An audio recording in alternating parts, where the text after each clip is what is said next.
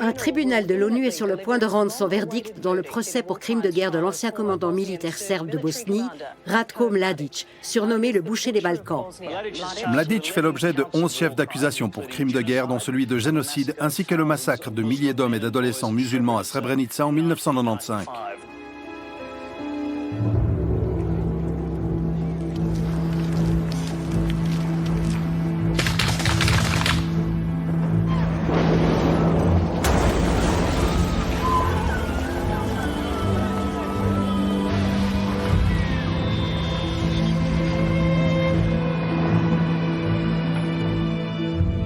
Dans les années 90, un enchaînement de guerres brutales fait rage en ex-Yougoslavie.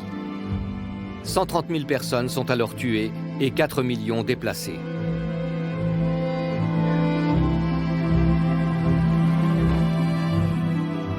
Ils le font entrer. Une pensée de dernière minute? On est prêt? Oui. Ok tout le monde, on y va.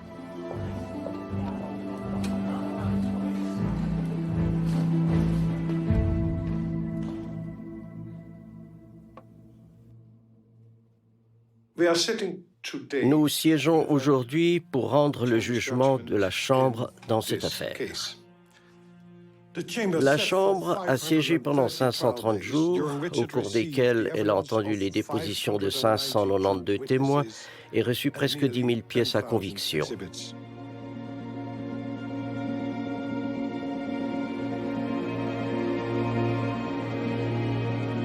Pendant les conflits, l'ONU a créé un tribunal chargé de poursuivre les personnes soupçonnées de crimes de guerre.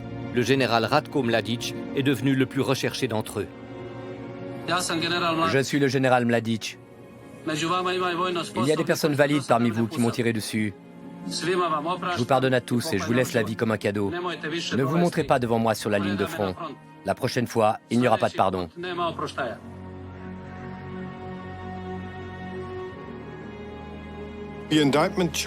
L'acte d'accusation porte sur 2 chefs de génocide et 5 chefs de crimes contre l'humanité, à savoir persécution, assassinat, extermination, déportation et actes inhumains sous forme de transfert forcé. La Chambre va maintenant rendre son verdict.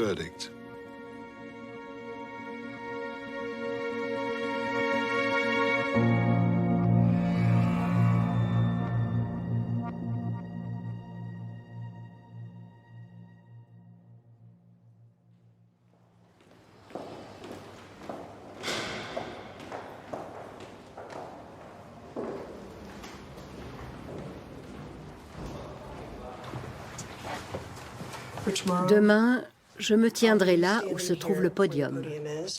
Monsieur Perron sera assis à côté de moi et Arthur sera assis à l'autre bout. Donc quand j'entrerai demain, tout le monde sera là. Tout le monde. Vous et la défense. La défense sera là et Mladic sera déjà dans la salle d'audience. Et il aura les 2 agents de sécurité de chaque côté de lui. L'important, c'est de prendre une grande inspiration en entrant. Oui. Je suis un peu nerveux. Ça ravive des souvenirs. Le premier témoin à être entendu est un jeune homme extraordinaire qui avait 14 ans au moment des faits, Elvedin Pasic. Il s'agit d'un crime commis en 1992 et qui illustre ceux de Srebrenica en 1995. Nous avons décidé de le faire témoigner en premier, parce que son histoire montre vraiment la manière dont Mladic envisageait la guerre et sa détermination à commettre des crimes terribles. Il racontera avec ses propres mots ce qui leur est arrivé à lui et à sa famille. Et ma femme sera quelque part à l'arrière. Oui. Oui, elle sera juste derrière vous.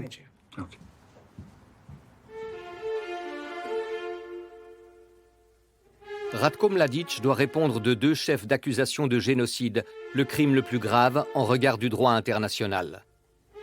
L'accusation doit prouver son intention d'éliminer totalement ou partiellement la population non serbe de Bosnie. La défense plaide son innocence. Dans le cas RT0992T, l'accusation de Ratko Mladic. Monsieur Groom, l'accusation est-elle prête à faire sa déclaration liminaire? Elle l'est, votre honneur. Vous pouvez procéder. Votre honneur, il y a 20 ans, presque jour pour jour, Ratko Mladic était nommé commandant en chef de l'armée de la République serbe de Bosnie, la VRS. Ce jour-là, Mladic commençait à participer pleinement à une entreprise criminelle de nettoyage ethnique d'une grande partie de la Bosnie. Le monde voyait avec incrédulité, dans des quartiers et des villages d'Europe, des civils être pris pour cible pour la seule raison qu'ils étaient d'une ethnie autre que serbe. La prochaine fois que je m'adresserai à vous au sujet des preuves de cette affaire, nous serons à la fin du procès. Lorsque je me présenterai à nouveau devant vous, je vous demanderai alors de donner au peuple de Bosnie ce qu'il attend depuis si longtemps. La vérité sur ce que Ratko Mladic a infligé à ce pays si beau et si complexe. La vérité sur ce que Ratko Mladic a fait au peuple de Bosnie.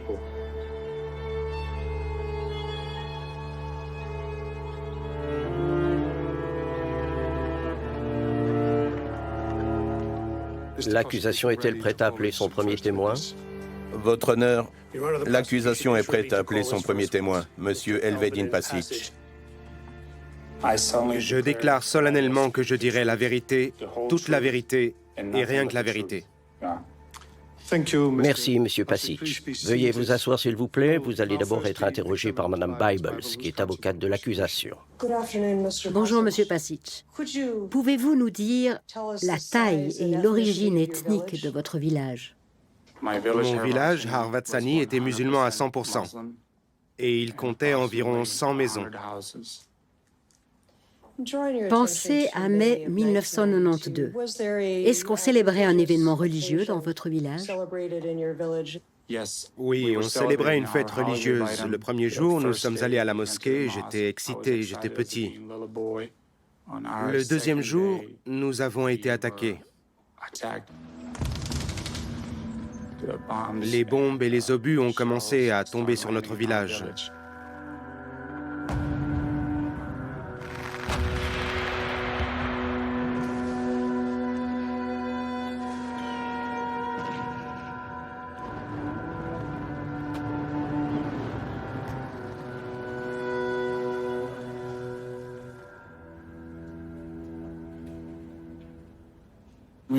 On nous a donné l'ordre de former 3 lignes et de nous coucher dans une mare de boue et d'eau. J'étais allongé à côté de mon père, il était sur ma gauche, et mon oncle sur ma droite. Et pendant que j'étais couché, ils nous ont ordonné à tous, c'est-à-dire toutes les femmes et les enfants, de nous lever. Au début, je ne voulais pas me lever parce que j'avais peur d'être séparé de mon père.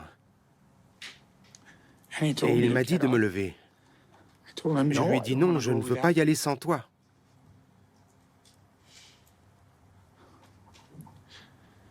Il a dit lève-toi.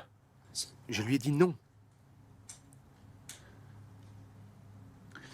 Et mon oncle a insisté. Il a dit lève-toi et tu survivras.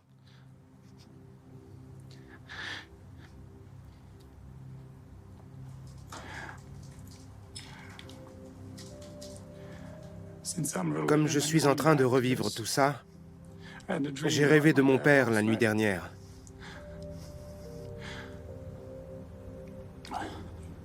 Pour la première fois, j'ai pu voir son visage. Je suis content parce que dans la plupart de mes rêves, ces cauchemars de mon expérience personnelle, j'essayais toujours de l'atteindre. Mais la nuit dernière, j'ai vu son visage. Mon père me manque. Laissez-moi retrouver mon père. Je vous en prie. Je voudrais retrouver mon père.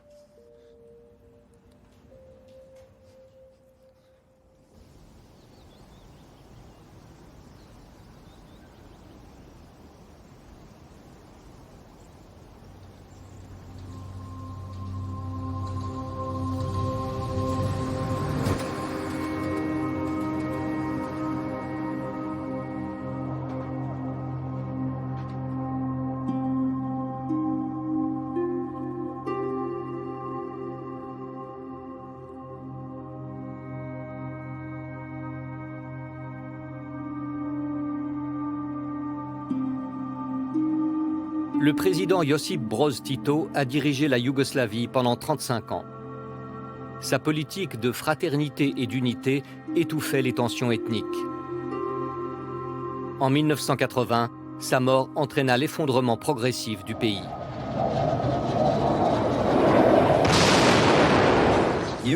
La Yougoslavie, un pays en guerre contre lui-même. Depuis que la Croatie et la Slovénie ont déclaré leur indépendance, une force apparemment incontrôlée procède au démantèlement de cette nation des 6 républiques. On craint maintenant que la République de Bosnie-Herzégovine ne devienne, de par sa position, la prochaine zone de conflit.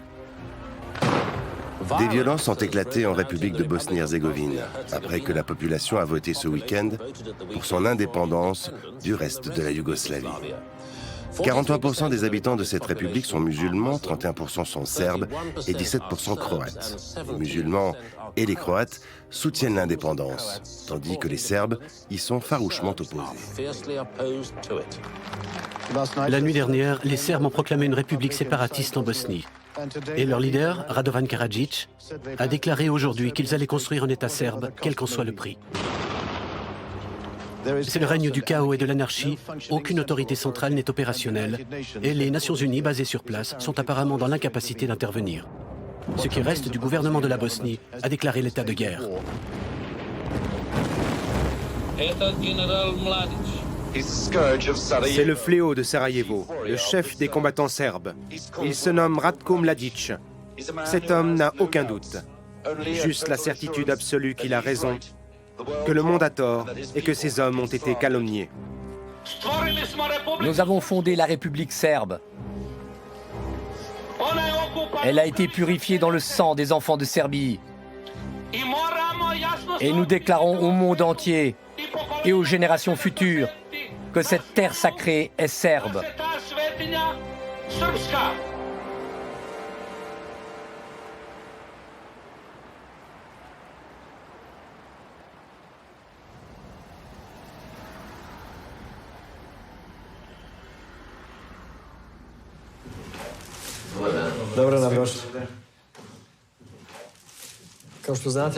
Aujourd'hui, nous nous réunissons pour voir où en sont les choses et comment procéder. J'ai fini d'interroger près de 100 témoins. Les horaires étaient chargés et je n'ai pas eu le temps de noter toutes les déclarations. Où en est-on avec Srebrenica? J'ai parlé avec quelques témoins, des policiers militaires qui étaient sur place. Les gars, nous allons nous arrêter un instant, j'ai un appel du général. Bonjour, général. Camarade Branco, comment ça va? Comment allez-vous, général? Comme les gens veulent que j'aille. Nous sommes tous ici pour la réunion. Et Darko est avec nous aussi. Les jeunes devraient avoir des enfants, s'ils sont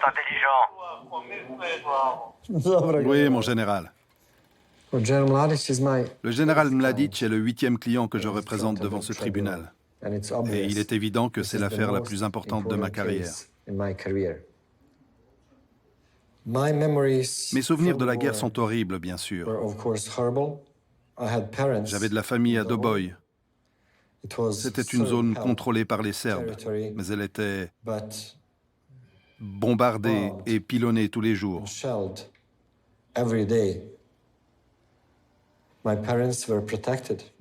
Mes parents étaient protégés par le général Mladic et ses soldats.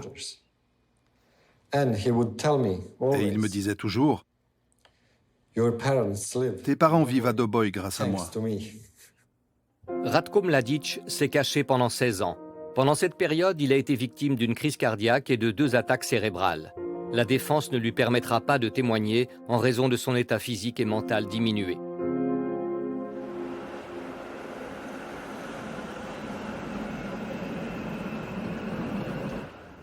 Nous devons vous féliciter pour le début du procès, parce que Mladic est le pire des criminels.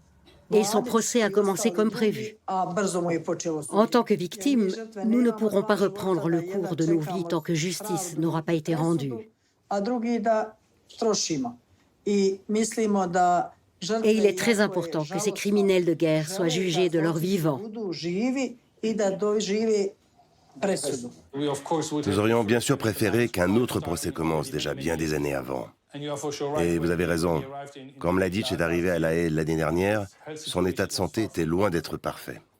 Il est difficile de mesurer l'extrême importance de l'arrestation de Mladic. Nous l'avons cherché pendant 16 ans. Quand il est arrivé, c'était quelques jours après son dernier AVC. C'était un homme très malade. Aujourd'hui, je pense que sa situation est bien meilleure, mais nous verrons ce qui se passera. Nous avons beaucoup de collaborateurs qui travaillent très dur pour permettre que cette affaire avance le plus vite possible. Bonjour. Je voulais faire cette réunion aujourd'hui juste pour discuter de la préparation. Les choses commencent à s'accélérer. Les deux substituts du procureur sont très expérimentés. Ils travaillent dans ces tribunaux depuis des années. Dermot est en quelque sorte le coordinateur et l'organisateur. Et il y a Peter McCloskey, qu'on appelle parfois Monsieur Srebrenica, parce qu'il s'est occupé d'un certain nombre d'affaires se rapportant à Srebrenica. Le son est très important dans celui-là. Il est parfait. Je suis presque au maximum. C'est ce qu'on veut. Peter McCloskey est en charge de l'affaire du génocide de Srebrenica. Le général Mladic est accusé du meurtre de plus de 7000 hommes et adolescents musulmans à Srebrenica en 1995. Nermine! Viens par ici, je suis là! C'est bien chez les Serbes! Zoran m'aide pour la vidéo d'un homme musulman. C'est Ramo Osmanovic. Les Serbes lui demandent d'appeler pour que d'autres musulmans sortent des bois. Et il appelle son fils Nermin. Avec Ramo! Je t'emmerde, Ramo! Dis chez les Serbes! Chez les Serbes! Peux-tu vérifier où Nermin et son père ont été retrouvés? Je ne peux pas imaginer à quel point c'est dur d'appeler votre fils pour qu'ensuite il le tue. Ils vous promettent de les épargner et qu'ils seront en sécurité s'ils se rendent. Alors il a appelé son fils est venu et...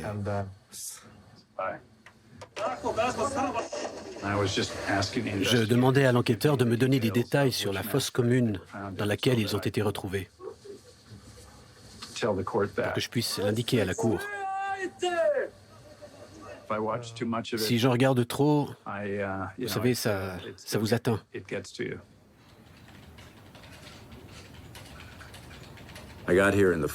Je suis arrivé là-bas en automne 1996 et j'ai rencontré des survivants dans les camps de réfugiés. Et j'ai appris à les connaître et à entendre leurs histoires. Dans le même temps, au cours de la même mission, j'étais avec l'enquêteur et nous voyagions en République serbe avec des pelles prêtées par la police locale. Et nous avons commencé à creuser dans ce sol remué parce que nous suspections la présence de fosses communes. Et effectivement, chaque fois que nous trouvions l'un de ces endroits, nous avons trouvé des restes de corps qui étaient bien sûr les proches des personnes que nous avions interviewées la veille. J'ai été tellement impliqué dans ce travail pendant si longtemps, j'ai été si proche des victimes, qu'il devient assez difficile d'affronter ce carnage. Il y a une certaine noirceur qui m'envahit quand ça commence, surtout quand les victimes sont présentes.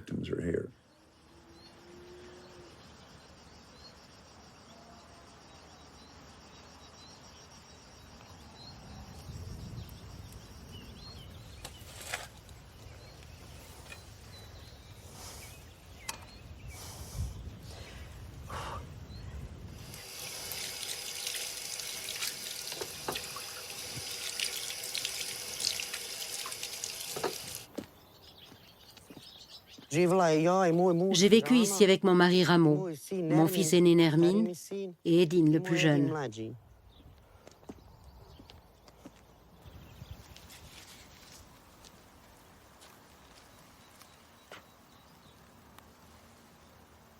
Là, c'est la Drina, elle coule de Serbie. Vous voyez ces maisons là-bas?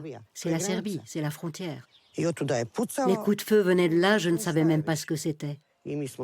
On a fui à travers les bois dans cette direction, vers les montagnes. On était à Srebrenica jusqu'à ce qu'on nous force à partir.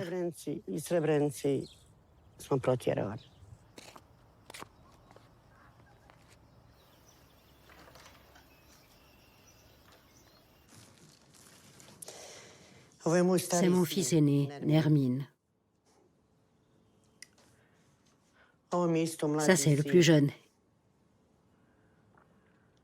Edin. Les photos de l'album ont été perdues, tout a brûlé. Celles-là, c'est leur institutrice qui me les a données. Merci à elle. Ils se ressemblaient tellement. Mon Edin a été tué le 6 juillet par un tir de mortier.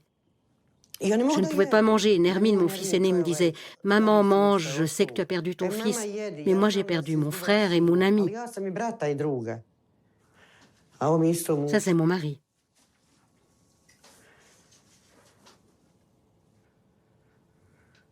J'avais une vie avec lui.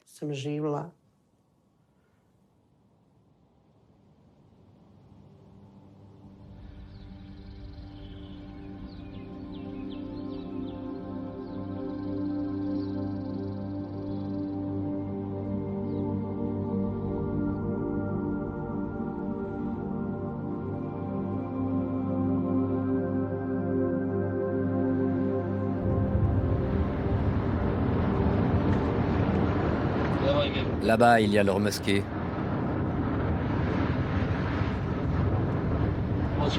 Ils l'ont construite pendant la guerre. Bravo les gars, bien joué. Vos hommes sont toujours devant? Oui. Bien, ils sont en train de sécuriser la ville, elle est prise. On y est. Le 11 juillet 1995, Srebrenica est serbe. En cette veille de jour saint, en notre Serbie, nous donnons cette ville en cadeau au peuple serbe. Enfin, le temps est venu de nous venger des Turcs dans cette région.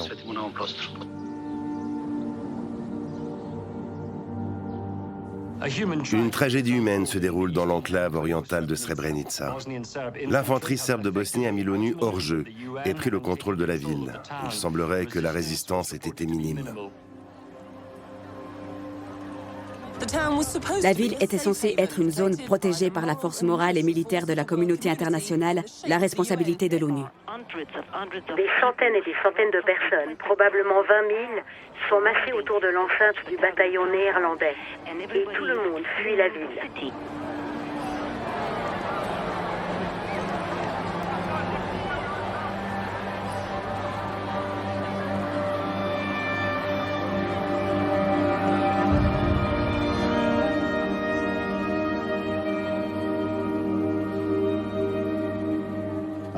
Après avoir envahi la ville de Srebrenica, les Serbes ont encerclé la base de l'ONU près de Potocari, où plus de 40 000 réfugiés se sont regroupés. Le commandant en chef des Serbes de Bosnie, le général Ratko Mladic, a justifié l'attaque en déclarant que c'était pour mettre les terroristes musulmans en déroute et démilitariser l'enclave. Une opération, a-t-il ajouté, que l'ONU n'avait pas terminée. Un haut représentant de l'ONU sur place a déclaré que l'ONU ne pouvait rien faire si ce n'est déclencher une guerre contre les Serbes de Bosnie, ce qui n'est pas du tout à l'ordre du jour.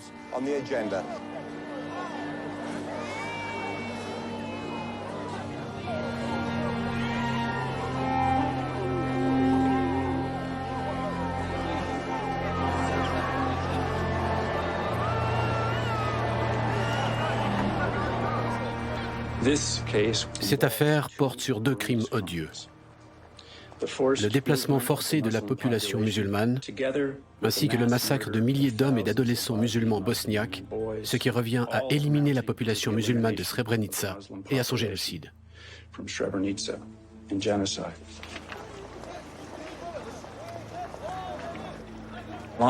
Mladic était présent à Potocari les 12 et 13 juillet. Au moment où la VRS entamait le processus, consistant à mettre les femmes et les enfants dans des bus à destination du territoire contrôlé par les musulmans, et à séparer et à détenir les hommes et les adolescents musulmans en vue de leur exécution.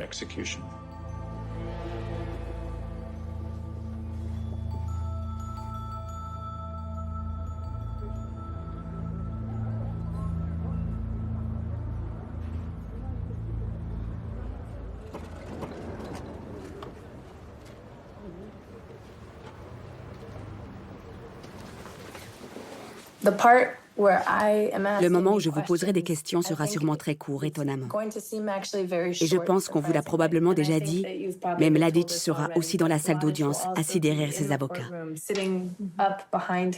Nous espérons qu'il restera silencieux et qu'il écoutera, parce qu'il doit entendre ce que vous avez à dire.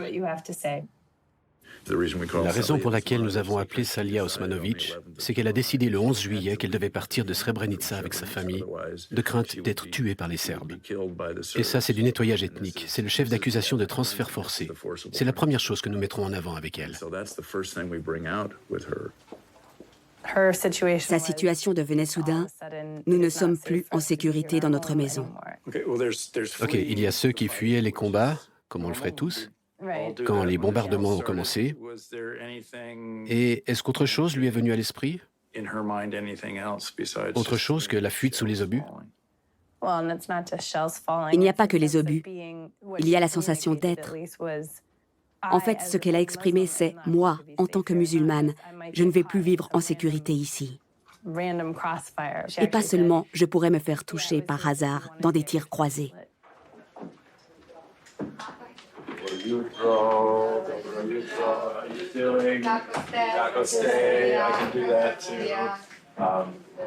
Ok, je vous vois là-bas dans une minute.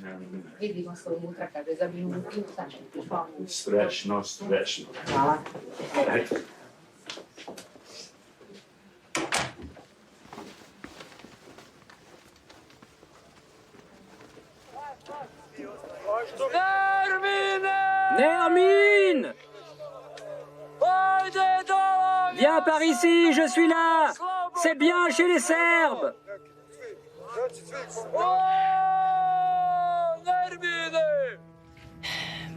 Madame Osmanovic, reconnaissez-vous l'homme qu'on voit dans cette vidéo?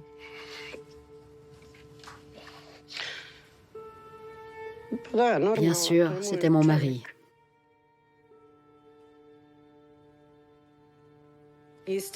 Vous déclarez que vous êtes allé à Potocari le 11 juillet. Vous y êtes-vous rendu depuis la ville de Srebrenica? Oui. Mladic dit « Laissez-vous bien et partez ». J'étais juste à côté de lui.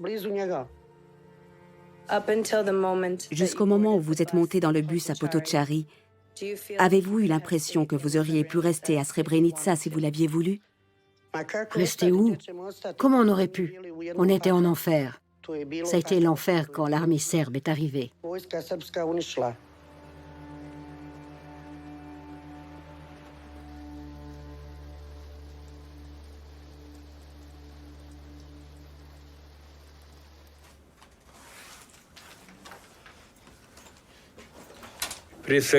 Tout d'abord, nous voulons que le témoin nous dise honnêtement quelle était la situation à Potocari.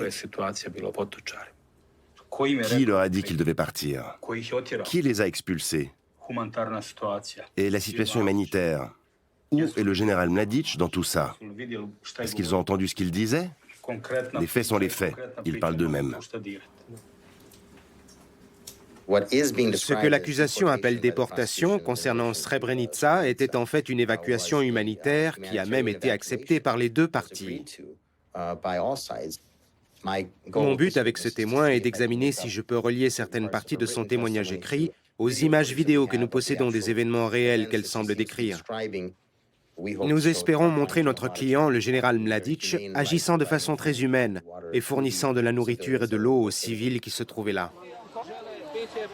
Tous ceux qui veulent partir seront transportés, qu'ils soient jeunes ou vieux. S'il vous plaît, ne paniquez pas. Faites attention à ne pas perdre vos enfants. N'ayez pas peur. Personne ne vous fera de mal. Le comportement du général Mladic ici est-il similaire ou différent du comportement du même général Mladic que vous avez rencontré? Je ne sais pas. Il semble plus gentil sur la vidéo. Quand il dit que les enfants devaient partir devant. Madame, vous avez mentionné qu'il y avait une distribution d'eau et de chocolat. Les soldats de la VRS ont-ils aussi distribué du pain? Oui, sûrement. Ils ont dû les nourrir et les tuer ensuite. C'était juste une mise en scène pour la caméra. Ils auraient dû tous les laisser partir. C'était l'enfer. Mais croyez-moi, j'ai vu Mladic. J'en suis sûre. Je ne suis pas folle. J'ai perdu 2 fils. J'ai perdu mon mari. Je n'ai plus besoin de ces histoires.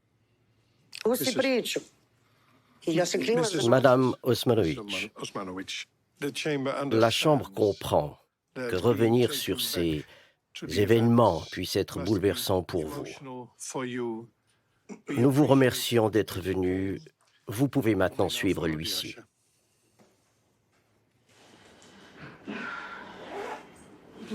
C'était si dur de revivre ça. Je n'ai pas vu ce que vous avez fait, mais vous avez été formidable. Merci.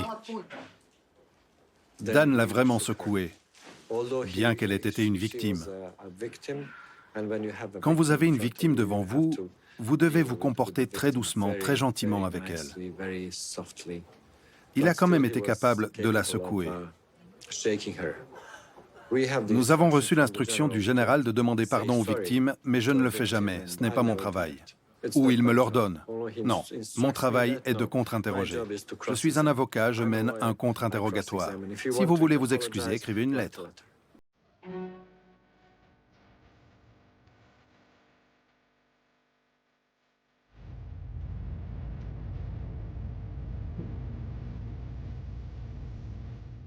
Des centaines de corps, dont on pense qu'ils ont été tués par les forces serbes, ont été retrouvés dans une fosse commune en Bosnie, dans la région de Prijedor. Il connaissait l'existence de cette fosse depuis des années, mais ses témoins serbes de Bosnie ont gardé le silence sur son emplacement jusqu'à récemment.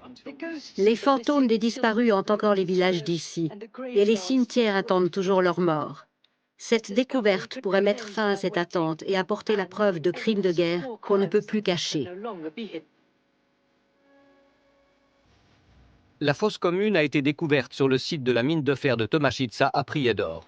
Cette découverte pourrait fournir de nouvelles preuves importantes pour le chef 1 de l'acte d'accusation, le génocide. Mladic est accusé de génocide à Prijedor et dans 5 autres communes en 1992. Donc, une fois que vous avez enlevé la couche supérieure de la Terre, pouviez-vous à ce stade déterminer qu'il y avait probablement des corps à cet endroit? Nous pouvions voir les changements dans la... Dans la Terre? Oui, nous devons décaper le sol pour atteindre cette zone jaune. Ça, c'est l'état actuel. Cette argile grise, oui. Et comme l'air ne pouvait pas passer à travers cette argile, les corps sont bien conservés. Et les légistes pensent que, grâce au tissu mou, ils peuvent faire des découvertes importantes sur la cause du décès? Exactement. Bien, ok. Et beaucoup de tout ça est organisé par l'armée elle-même? L'armée et la police locale.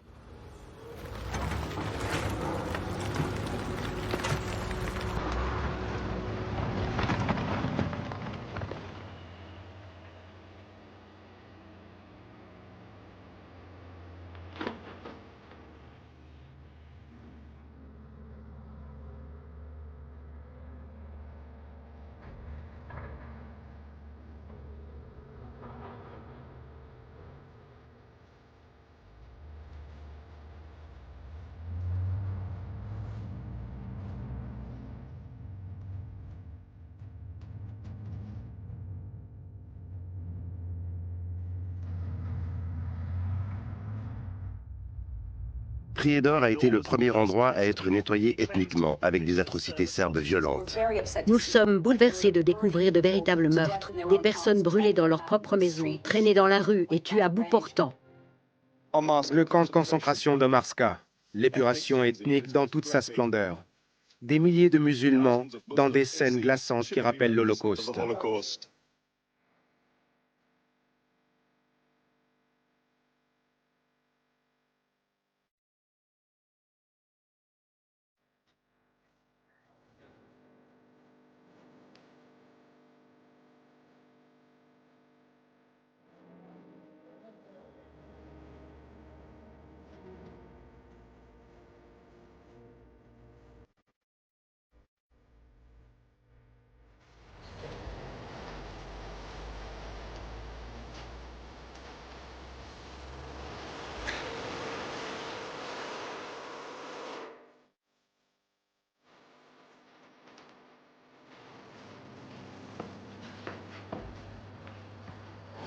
Vous pouvez voir les différents états. Oui. Là-bas aussi, ce sera du sérieux. Oui. Quel type de blessures avez-vous trouvé? Celles que vous définissez comme des blessures? Ce sont principalement des blessures par balle à grande vitesse. À l'arrière de la tête ou... Oui, il y en a pas mal qui ont été visés.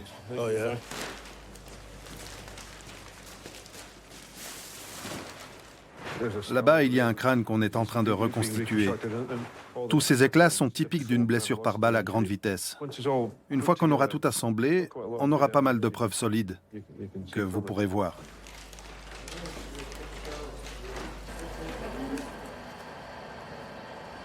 Vous pouvez voir la tragédie quand vous regardez autour de vous. Il est clair que ce ne sont pas des soldats. Ce sont des femmes. Il y a même des enfants là-bas. Et c'est scandaleux que ces gens aient été tués de la façon dont ils ont été tués et jetés là où ils ont été jetés. Pour cette affaire, c'est très important parce que nous avons besoin d'avoir cette preuve-ci pour prouver qu'ils ont été tués et qu'ils l'ont été par des gens qui rendaient des comptes à Mladic.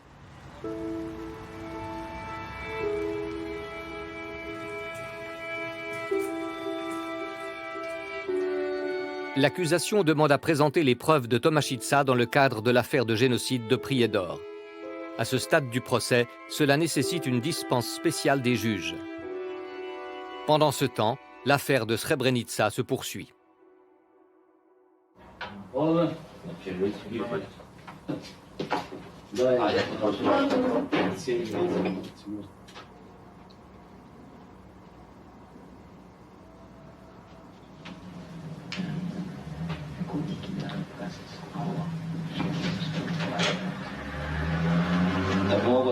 Pour prendre une décision en tant qu'homme et commandant,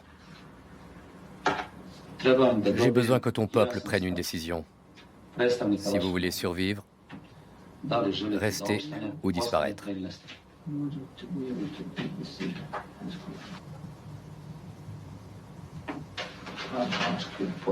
D'abord, vous devez déposer les armes.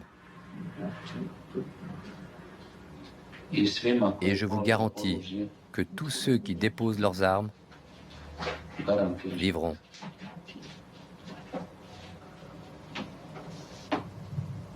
J'ai été assez clair. Nessibé, l'avenir de ton peuple est entre tes mains.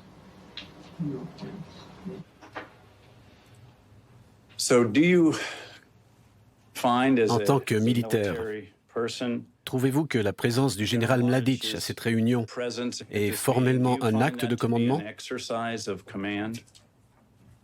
Oui, il est le commandant de l'armée de la République serbe de Bosnie. Tout ce qu'il fait ou ne fait pas en tant que commandant est dans l'exercice du commandement.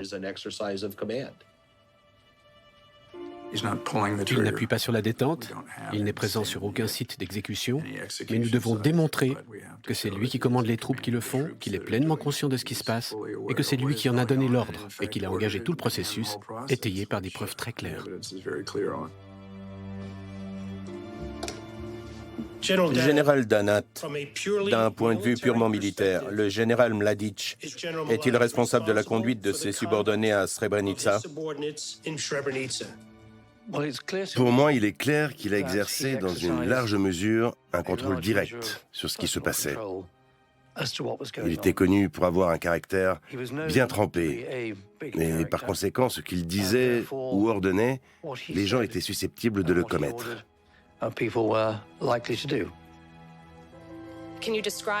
Pouvez-vous décrire, s'il vous plaît, comment les soldats serbes vous parlaient, à vous et aux autres prisonniers? Ils injuriaient nos mères turques en disant que c'était une terre serbe et que l'armée serbe était invincible. En vous référant spécifiquement à la période des exécutions sur le terrain, pouvez-vous nous dire si vous avez entendu des échanges entre les hommes blessés et les soldats serbes qui avaient fait feu sur eux? Il y avait un homme grièvement blessé. Il demandait qu'on l'achève. Dieu seul sait ce qu'il endurait. Un des soldats serbes a dit « lentement, lentement ».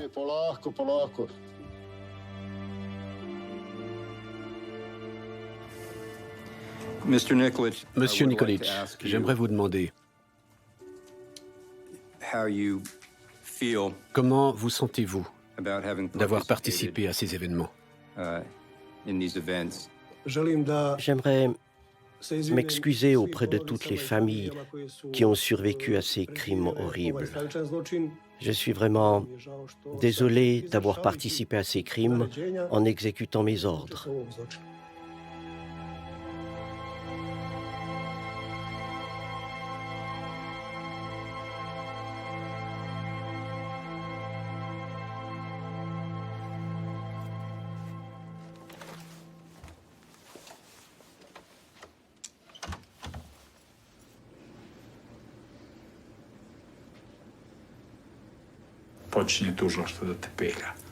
L'avocat de l'accusation va te cuisiner. Il sera assez offensif.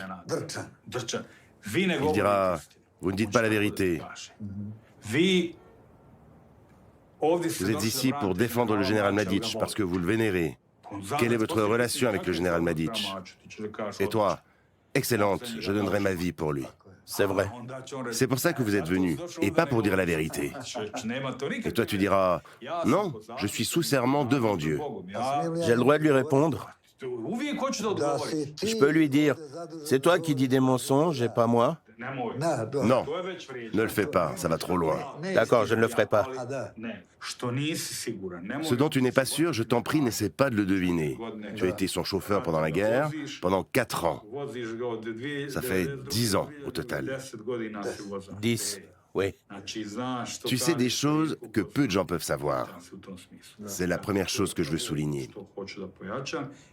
La deuxième, c'est que tu confirmes que vous avez passé 3 nuits à Belgrade. L'accusation plaide que Mladic assumait le commandement général des massacres organisés à Srebrenica. La défense soutient qu'il a un alibi qui le décharge de toute responsabilité. Monsieur Kenić a été appelé à la barre pour confirmer l'alibi qui justifie l'emploi du temps du général Mladic entre le 14 et le 17 juillet 1995, pendant que les tueries de Srebrenica avaient lieu. Avec ce témoin, nous voulons, entre autres, prouver et expliquer que le général Mladic n'a rien à voir avec ces tueries.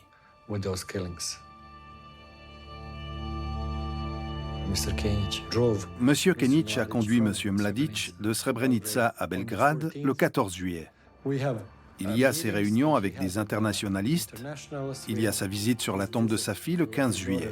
Le 16, il a un mariage, une visite à l'Académie médicale militaire et enfin son retour le 17 juillet. Monsieur Mladic n'avait aucun moyen de communiquer, il se trouvait à l'extérieur de la zone. Et selon la loi militaire serbe de l'époque, il n'était pas en commandement. Je suis sûr à 100% que rien ne peut démonter cet alibi.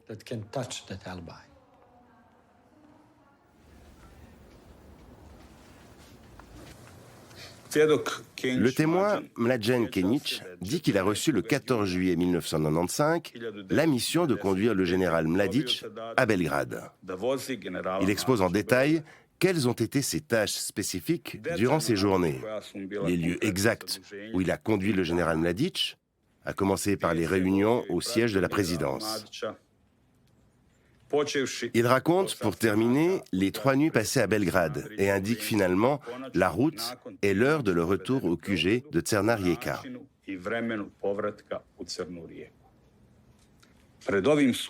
Pouvez-vous confirmer devant la Cour aujourd'hui que tout ce qui a été exposé est vrai? Oui. Merci, Monsieur Stojanovic. Monsieur Kenić, vous allez maintenant être contre-interrogé par Monsieur McCluskey. Bonjour, Monsieur Kenić. Bonjour.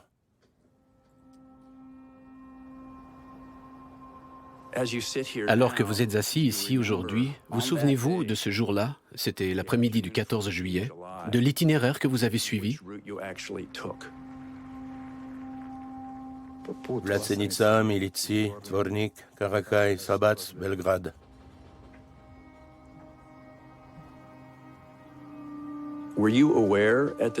Étiez-vous au courant à ce moment-là qu'un grand nombre de soldats et de civils musulmans fuyaient l'enclave de Srebrenica, qu'ils ont traversé cette route et qu'ils étaient encore dans les bois tout autour de la zone que vous franchissiez?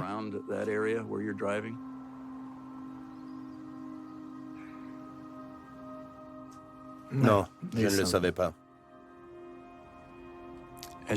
Quand vous êtes passé devant la zone de Nova Kasaba, avez-vous vu de grandes fosses creusées au bord de la route? Non. Au moment où vous étiez à Konjević-Polje avec le général Mladić, avez-vous entendu dire qu'il y avait des centaines et des centaines de musulmans, morts ou mourants, dans l'entrepôt de Kravica au même moment?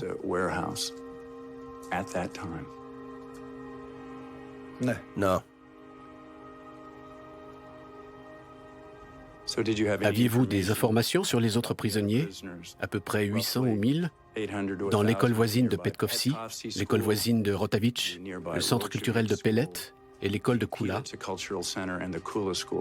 Avez-vous entendu parler de l'un de ces milliers de prisonniers qui étaient dans ces écoles au moment où vous passiez par là?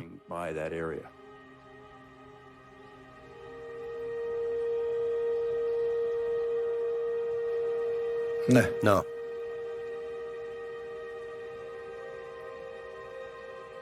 Rien à ajouter, Monsieur le Président. Merci.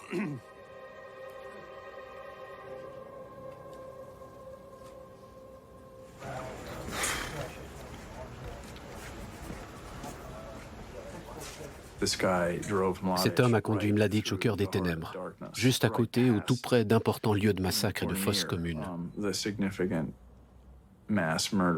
Cela nous rappelle que Mladić est au centre des événements, que ce soit en tant que commandant ou en tant que personne sur le terrain. Comme témoin alibi, c'est un alibi plutôt coriace.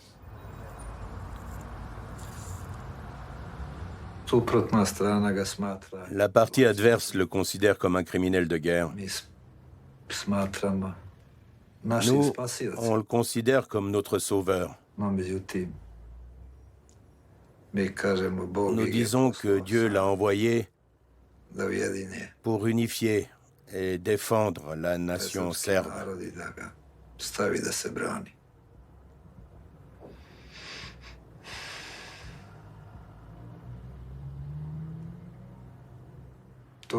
Dans mon quartier, il y avait des musulmans qui vivaient en face. Nous ne nous sommes pas approchés d'eux de 1992 à 1995. Mais ils ont attaqué notre quartier et ils disent que c'est moi l'agresseur. Ça me fait vraiment mal.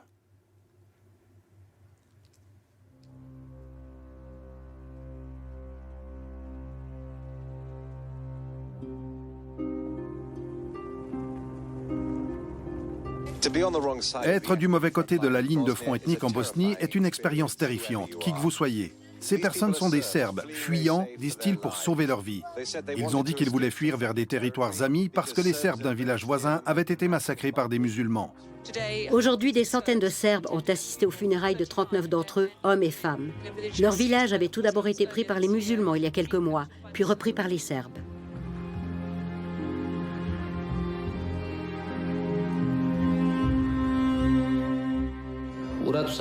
J'ai perdu beaucoup d'amis pendant la guerre. Chacun d'eux est mon frère d'armes.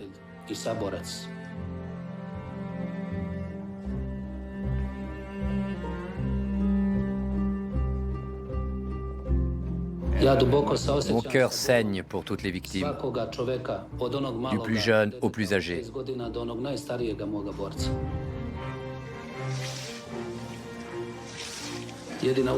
Mais ils sont morts pour une juste cause.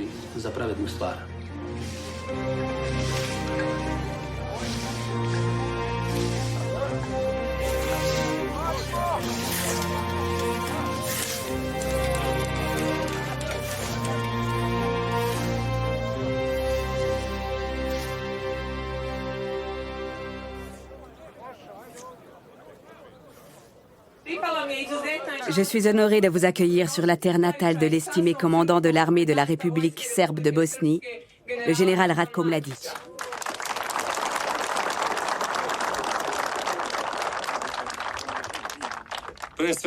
J'aimerais vous remercier d'être venus en si grand nombre cette année encore.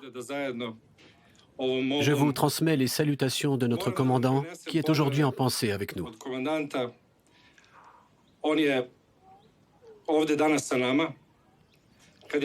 Quand mon père avait 8 ans, il gardait un troupeau de moutons dans les montagnes.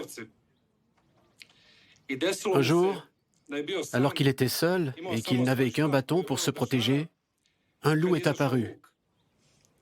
Le loup attrapa un agneau en frappant ses pattes arrière, mais le général prit l'agneau par les pattes avant et frappa la tête du loup avec son bâton, jusqu'à ce que le loup s'enfuit. Des années plus tard, un loup bien plus dangereux est apparu, et il a pris notre liberté. Alors, avec votre aide, il a façonné le bâton qui est devenu la République serbe de Bosnie, bâton avec lequel il a vaincu le loup.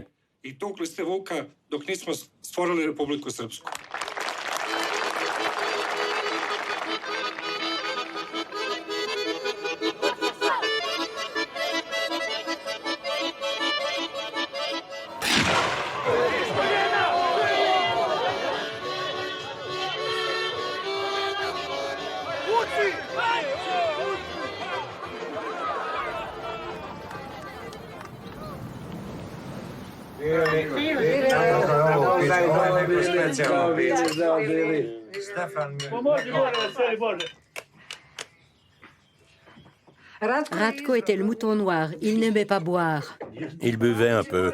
Non, non, non, il buvait un peu, mais il ne s'est jamais saoulé.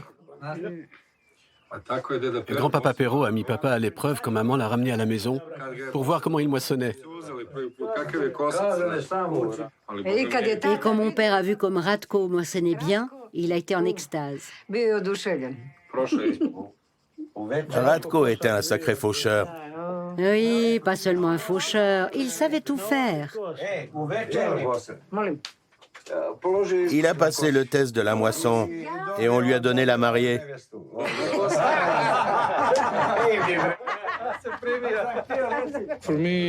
Pour moi, c'est un héros aussi parce que c'est mon père. Même pour les petites choses de la vie.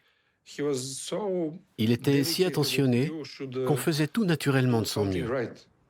On ne devait jamais mentir. Il méprisait les mensonges. Il me disait, tu dois me dire la vérité, même si la vérité est difficile. Parce que si tu me mens, je ne saurais pas comment t'aider. Nous avons peut-être des caractères différents. Je suis plus calme que lui. C'est une très bonne personne, mais il peut exploser, il peut éclater. Mais mes valeurs, je le déclare ouvertement, sont ses valeurs.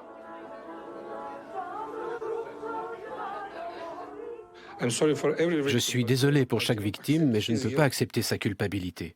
Je ne peux pas accepter ce que je pense ne pas être vrai. Si je le croyais, je l'accepterais. Mais je ne peux pas l'accepter uniquement parce que la partie adverse a besoin que je le fasse.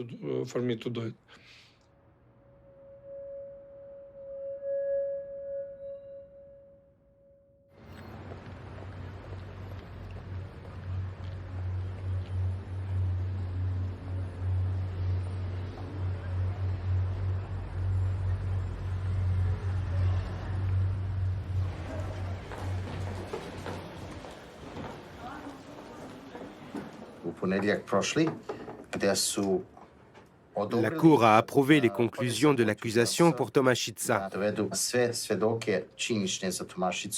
Il nous est impossible de trouver nos propres preuves en si peu de temps. En fait, on doit y aller à l'aveuglette. Nous ne savons pas où chercher ni à qui demander. Nous devons frapper aux portes et le délai est très serré. Tout cela me frustre beaucoup. C'est arrivé au moment le plus difficile pour nous. Nous avons déjà tellement à faire. C'est mission impossible. C'est une vraie farce de nous demander d'être préparés. Ce n'est pas possible. Simplement pas possible. Et je ne pense pas que ce soit un bon exemple de justice, et encore moins de justice internationale.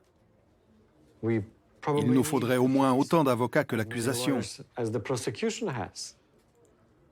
Nous avons besoin d'autant d'enquêteurs. Nous n'en avons que 2 ou 3, et l'accusation bénéficie de l'ensemble du système. C'est un vrai combat entre David et Goliath. Le génocide n'a jamais été prouvé à Prijedor ou dans les autres communes énumérées dans le chef 1. Pour innocenter le général Mladic, la défense va chercher des témoins pour montrer que son armée n'était pas impliquée à Tomašica.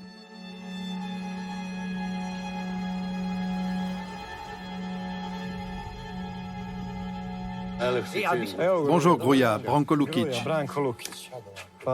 Merci de nous recevoir.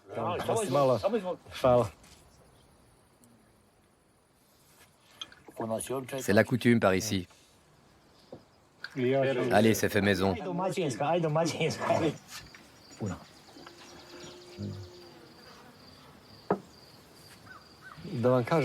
Je vais vous expliquer la raison de notre visite. L'accusation veut introduire le chef de génocide à Prijedor. Il nous faut démontrer qu'il n'y a pas eu de génocide. Nous devons présenter des témoins qui expliqueront d'abord quel était le rôle de l'armée. Ils essaient de dire que tout était sous un commandement unique, parfaitement organisé, planifié depuis le haut et appliqué par des commandants tels que vous. Nous devons expliquer quelle était la situation et quelle est la vérité. Nous ne sommes pas montés à la mine. Non, pas du tout. Aucun soldat de mon unité n'y est allé.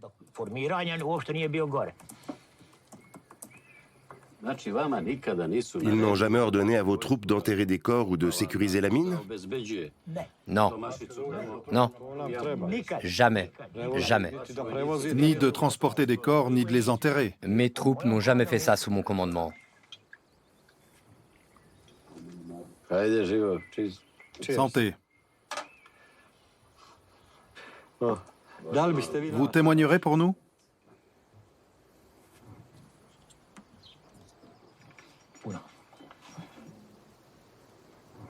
Je vais vous dire. J'en ai assez. Je suis à bout de nerfs. Je sais, mais j'ai besoin de gens honnêtes pour défendre un général honnête. Je vais vous dire. S'il a besoin de sang, je lui donne du sang. Mais ça, non. Vous allez y penser et... Je n'ai rien à penser. Ne m'impliquez pas là-dedans.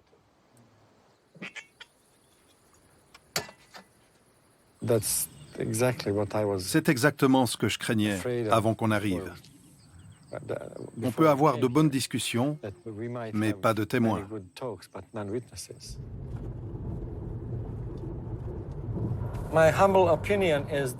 Mon humble opinion, c'est qu'en ce moment, la Bosnie n'a pas besoin de show pour le public,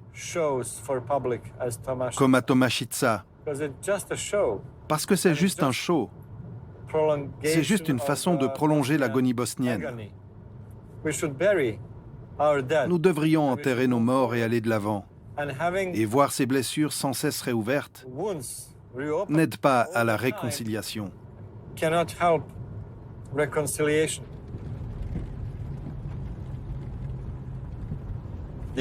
Ce sont des champs de massacre. De la Seconde Guerre mondiale? Oui.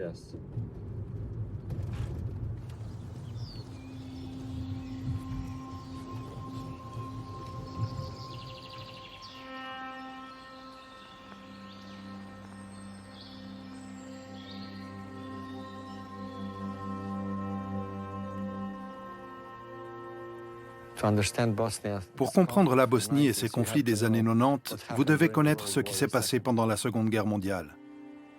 Si vous ne comprenez pas Jasenovac, où nous nous trouvons en ce moment, vous ne pouvez pas comprendre le conflit en Bosnie.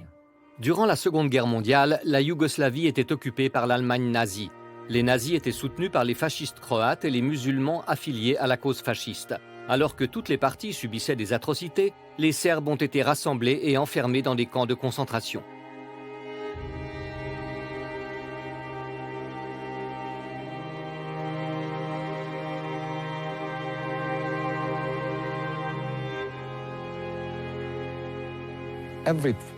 Chaque famille a perdu un de ses membres lors de ce génocide perpétré contre le peuple serbe.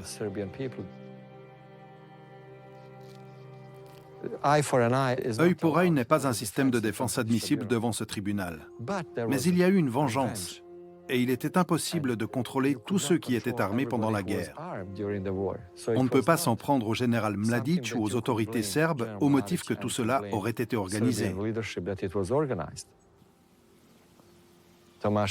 En fait, Tomašica peut être un parfait exemple de vengeance. Cela peut être l'exemple parfait des conséquences de l'histoire sanglante de la Bosnie. Ça se passe dans cette zone et ça s'est déjà passé avant. Et j'ai peur que ça se passe encore à l'avenir. J'espère que non.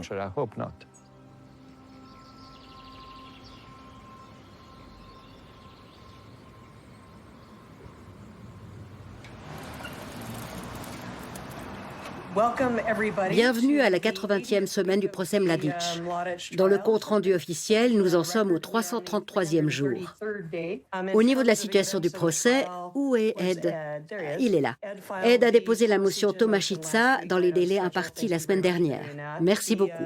Ce qui est nouveau depuis notre dernière réunion, c'est la présence d'Alan Tiger parmi nous. Je suis ravi d'être ici. Je me réjouis de travailler avec chacun de vous. J'espère vous rencontrer tous individuellement. C'est une responsabilité extraordinaire et un privilège professionnel de pouvoir diriger cette équipe dans cette affaire et à ce moment de l'existence du tribunal. Mes parents étaient tous deux des survivants, dont la quasi-totalité des familles a été assassinée pendant l'Holocauste.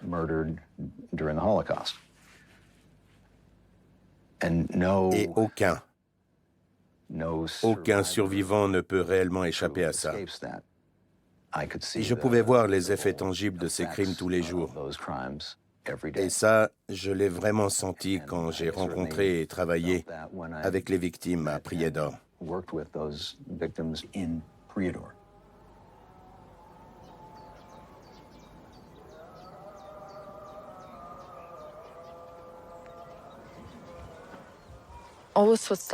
Voilà ce qui reste de la maison où je suis née et où j'ai grandi.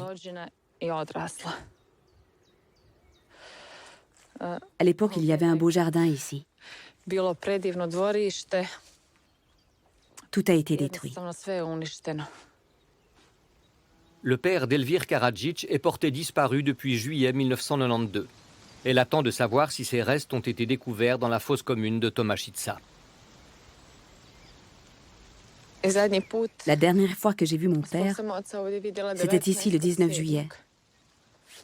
Il était assis là-bas avec ma mère. Ils étaient sortis pour prendre leur café. Il nous a dit « Je n'ai rien fait de mal. Je n'ai aucune raison de me cacher. Je ne suis coupable de rien, je n'ai rien fait. »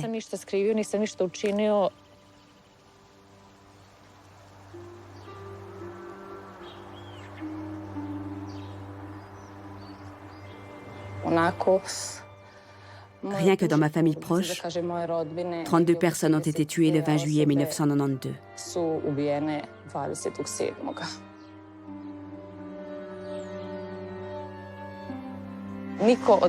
À ce jour, aucun responsable n'est prêt à admettre le génocide. Personne n'admettra que ça a eu lieu à Prijedor.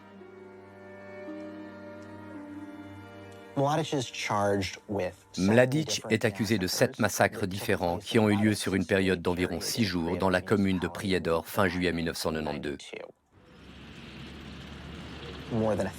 Plus de 1000 personnes ont disparu à Prijedor durant ces 6 jours.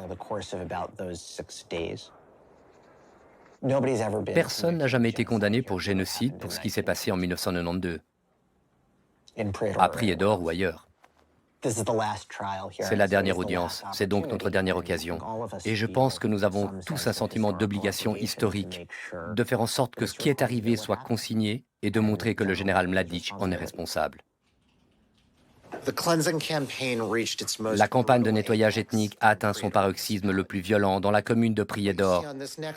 Vous pouvez voir sur la diapositive suivante la liste révélatrice des villages touchés par cette campagne à Prijedor. Comme vous le voyez, en 1993, beaucoup de communautés musulmanes n'existe tout simplement plus.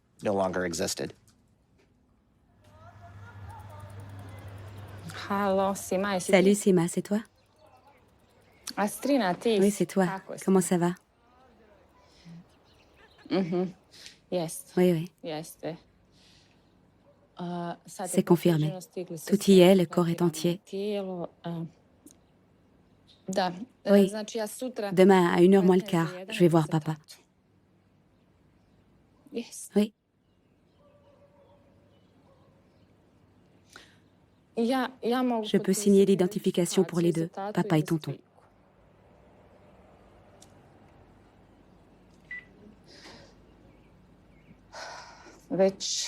Nous avons cherché mon père et mon oncle pendant 22 ans.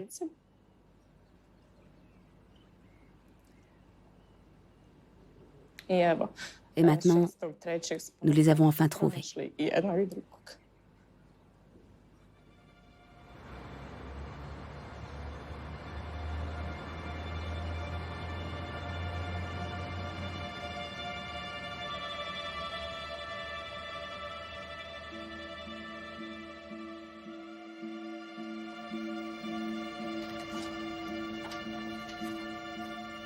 Monsieur Hansen, avez-vous été appelé à participer à l'exhumation sur le site de Tomaszczyca en 2013?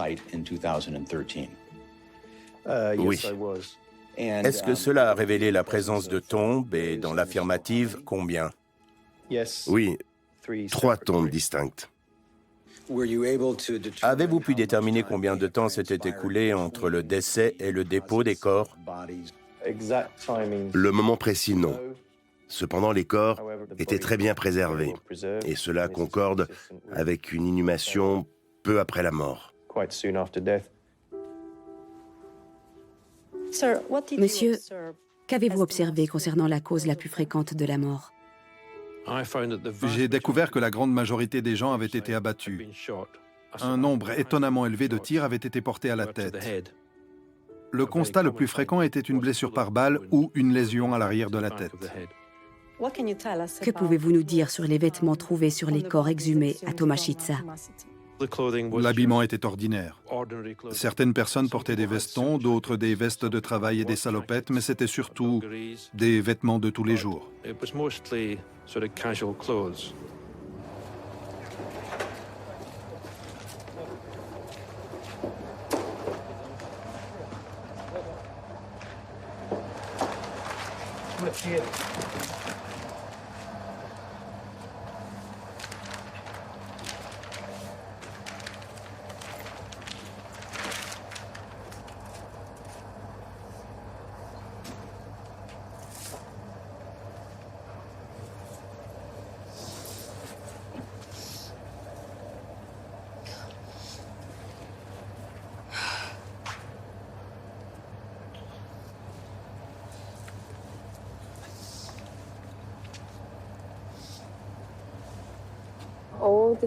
Je ne comprends pas pourquoi il y a un trou aussi grand ici. Ce sont toutes les balles. Je comprends, mais pourquoi celui-là est si gros? Ici, c'est déchiré, vous voyez? On voit l'entrée et la sortie de la balle. La sortie laisse un plus grand trou. Là? Ici aussi. La plupart sont de face. Ils les ont abattus de face.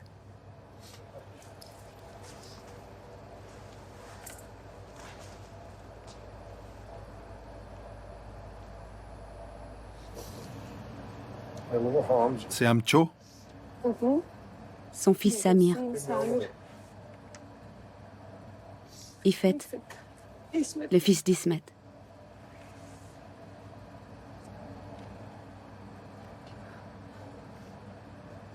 C'est Najad. Papa.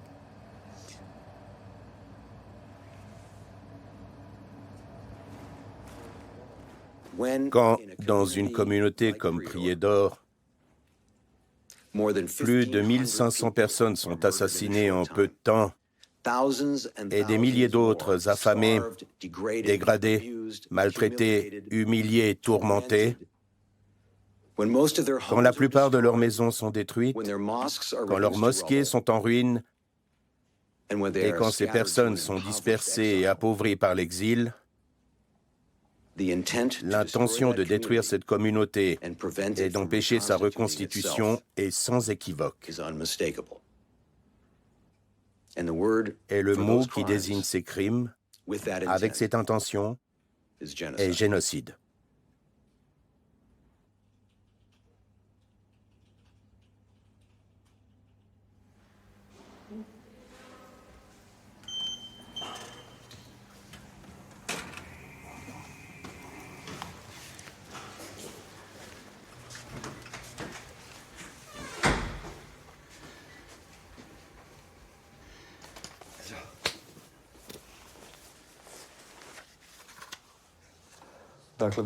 Notre premier témoin pour Tomašica arrive. J'étais avec lui hier et on a eu un bon entretien. C'est un homme qui occupait une très haute fonction à l'époque. Qu'est-ce qu'il peut nous apporter de significatif? Il peut nous aider à relativiser l'influence de l'armée à Tomašica. À sa connaissance, l'armée n'a rien à voir avec tout ça. Il pense que l'opération a été organisée par la police. La police locale? Oui. Je pense que nous devrions avoir au moins 5 témoins pour Tomašica. Je ne sais vraiment pas ce qui s'est passé. Je crois qu'on doit juste travailler avec ce qu'on a.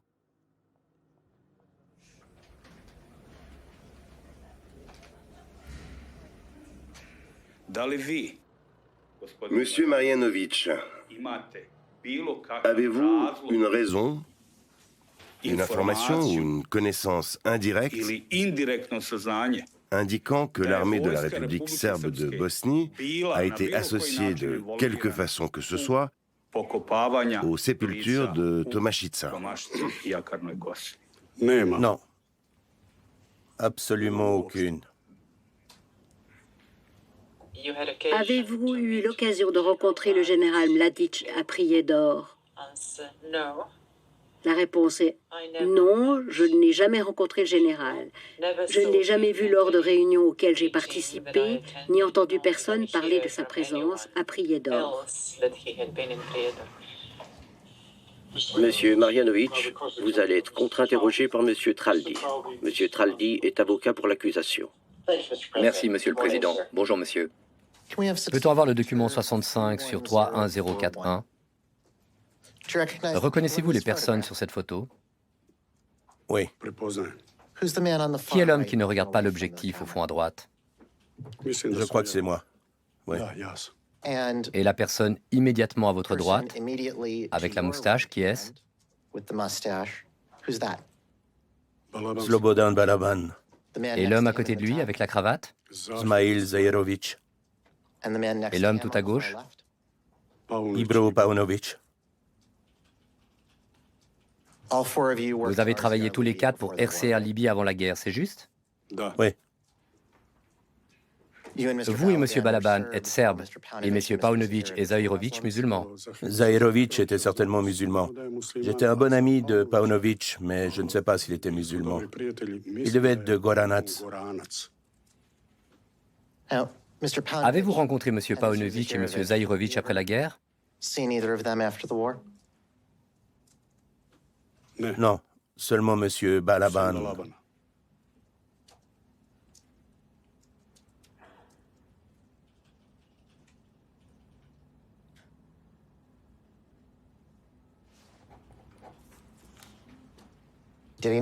Est-ce qu'il savait ce qui se passait à Prijedor? Oui, bien sûr. Il est très difficile d'avoir 50 000 musulmans dans votre commune, de se retrouver avec 6 000 quelques mois plus tard, et même quasiment aucun à la fin de la guerre, et de passer à côté de ça. C'est un changement trop important dans la composition des personnes avec lesquelles vous interagissez tous les jours. Il se serait trouvé dans le centre de la ville de Prijedor où il habitait au moment où l'un des quartiers de la ville, Stara Rijeka, était détruit par la VRS. Il se serait trouvé dans le centre de la ville de Prijedor où il habitait au moment où le bruit courait que 3 massacres avaient eu lieu à Keraterm. Bien sûr qu'il savait que des crimes avaient été commis. Personne ne pouvait passer à côté de ça. Est-ce qu'il connaissait l'existence de cette tombe en particulier?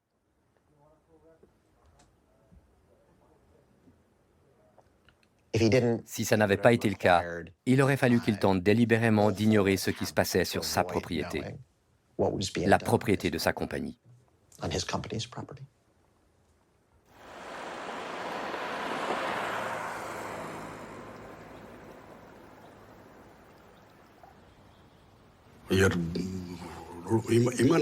Comment je pouvais, en tant que directeur de la mine, ne pas savoir ce qui se passait à Tomašica? Il est logique que je devais le savoir. Mais si on revient à cette période de 1992, quand la vie valait 50 marks, j'ai délibérément évité de savoir certaines choses pour ne pas subir de répercussions. Ils m'ont menacé de mort. Le chef de la police a menacé de me pendre quand je me suis opposé à lui. J'ai fait tout ce que j'ai pu pour sauver ma famille. Mes collègues ingénieurs des mines ont été tués à Omarska. Des gens innocents. Ça me fait mal.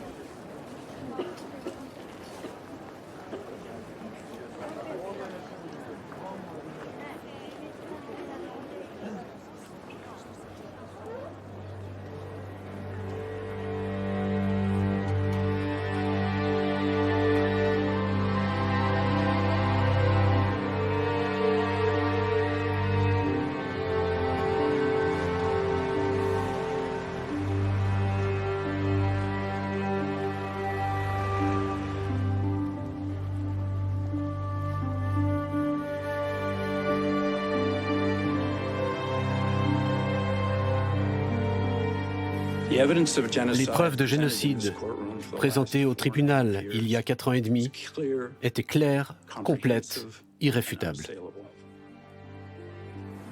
Nous avons Mladic sur le banc des accusés pour répondre de ces crimes.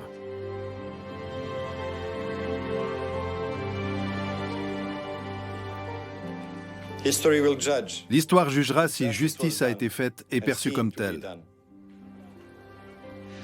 La défense ne nie pas que des crimes regrettables ont eu lieu, mais ceux-ci ne peuvent en aucun cas être imputés au général Ratko Mladic.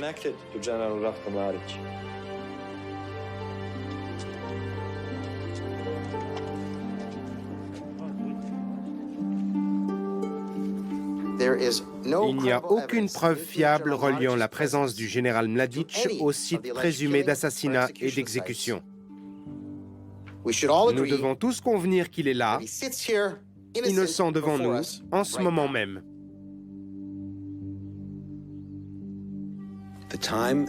Le moment est venu pour le général Mladic d'être tenu responsable des crimes commis contre chacune de ses victimes et les communautés qu'il a détruites.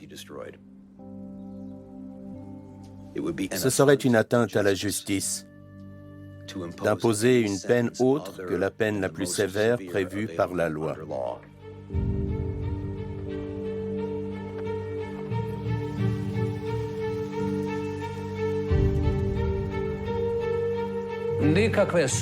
Je ne reconnais aucun tribunal en dehors de celui de mon propre peuple. Et je n'ai pas besoin d'être défendu. Je me fiche de savoir combien de temps je vivrai. Je ne me soucie que de ce que j'ai fait pour mon peuple durant ma vie.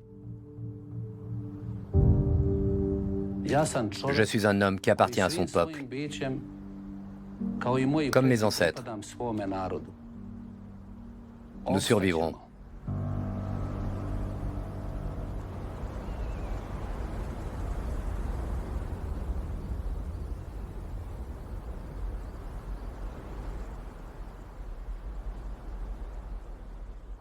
Les deux parties ont fini de présenter leurs preuves en décembre 2016.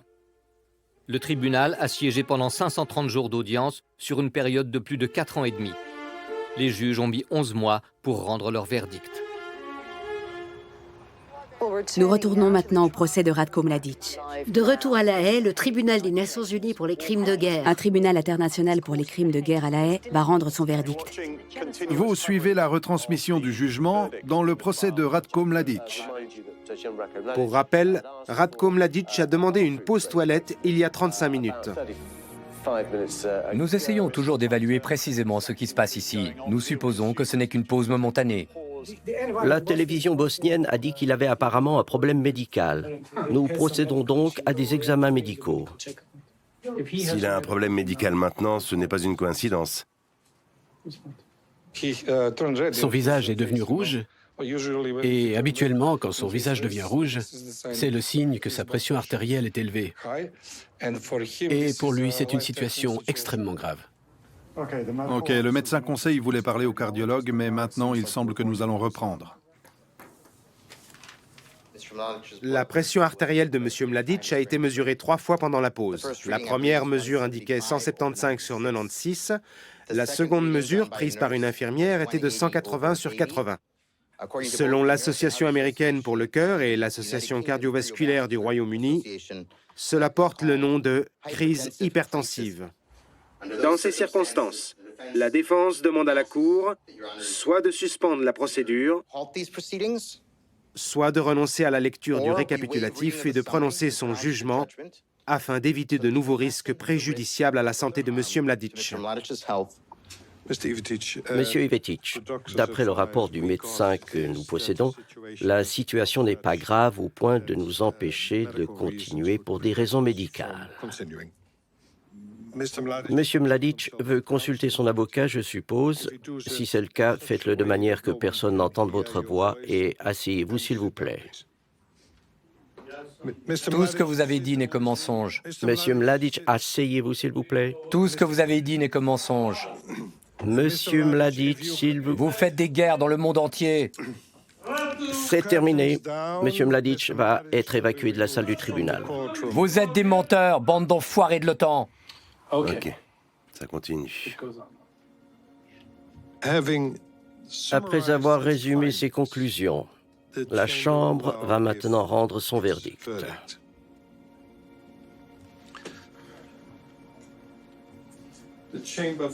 La Chambre déclare Ratko Mladic non coupable pour le chef d'accusation 1, génocide. Coupable en qualité de membre de nombreuses associations criminelles pour les chefs d'accusation suivants. Chef 2, génocide de Srebrenica. Chef 3, persécution, un crime contre l'humanité. Chef 4, extermination. Le verdict dans le procès de Ratko Mladic, l'ancien général des forces serbes de Bosnie, vient d'être rendu. Il a été reconnu coupable de 10 des 11 chefs retenus contre lui. Il a été déclaré non coupable pour le chef 1 de génocide. Les crimes commis comptent parmi les plus odieux que l'humanité ait connus. Et cela inclut le génocide et l'extermination en tant que crime contre l'humanité. Pour avoir commis ces crimes, la Chambre condamne M. Ratko Mladic à la prison à vie.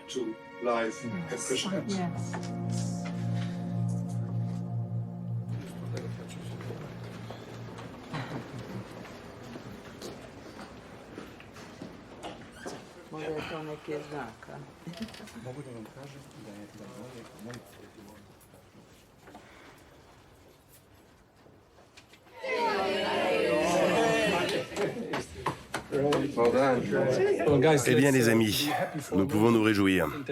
Je pense que c'est un excellent résultat et un grand travail d'équipe. Le mot « vie » résonne dans ma tête. Et s'il y avait une quelconque autre conclusion que ça, j'aurais été très contrarié. Et en colère. Après un parcours d'une longueur invraisemblable, entendre ce mot... Prison à vie. Ouais, ça dit toute l'histoire.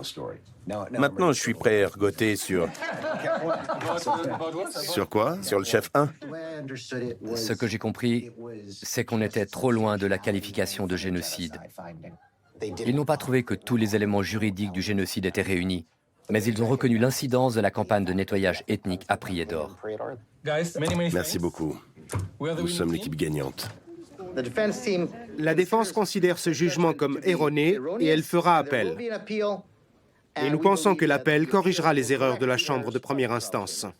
Nous nous sommes vus pendant 5 à 10 minutes après le verdict. Mon père a dit que c'était un mensonge. Nous refusons cette sentence. C'est une grave injustice envers le peuple serbe en premier lieu. Et mon père était un symbole de ce combat pour la liberté du peuple serbe. À ce jour, aucune victime serbe n'a été protégée. Personne n'a encore été accusé pour ça, et vous demandez aux Serbes s'ils acceptent l'impartialité de ce tribunal. Non, ils ne l'acceptent pas et ne l'accepteront jamais.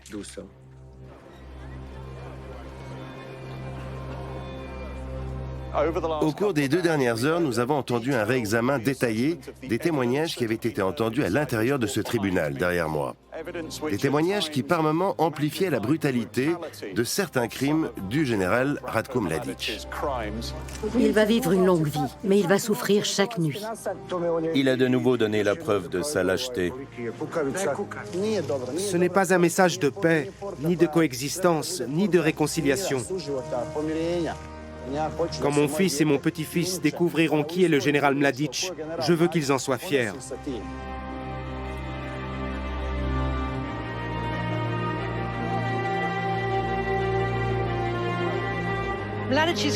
Les crimes de Mladic sont maintenant inscrits dans l'histoire. Pendant son procès, la Cour a entendu 4500 personnes qui ont été témoins des meurtres qu'il a ordonnés. Il aura fallu un quart de siècle pour que leur voix soit entendue et pour que leurs morts reçoivent un peu de justice. Que pensez-vous, que ressentez-vous à propos du verdict? Je suis très heureux maintenant. Est-ce que c'est fini? Pas vraiment, mais je suis heureux. Est-ce justice? Oui.